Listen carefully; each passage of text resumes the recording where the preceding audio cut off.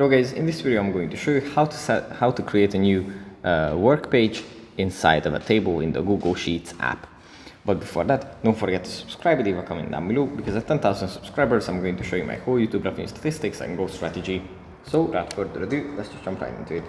First you have to open up the Google Sheets app, and here it opens up like this. Then we just have to select the document that we want to work on,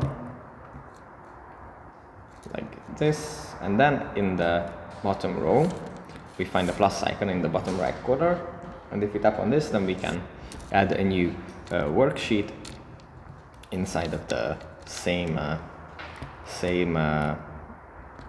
document, same table. And here we can just switch between them.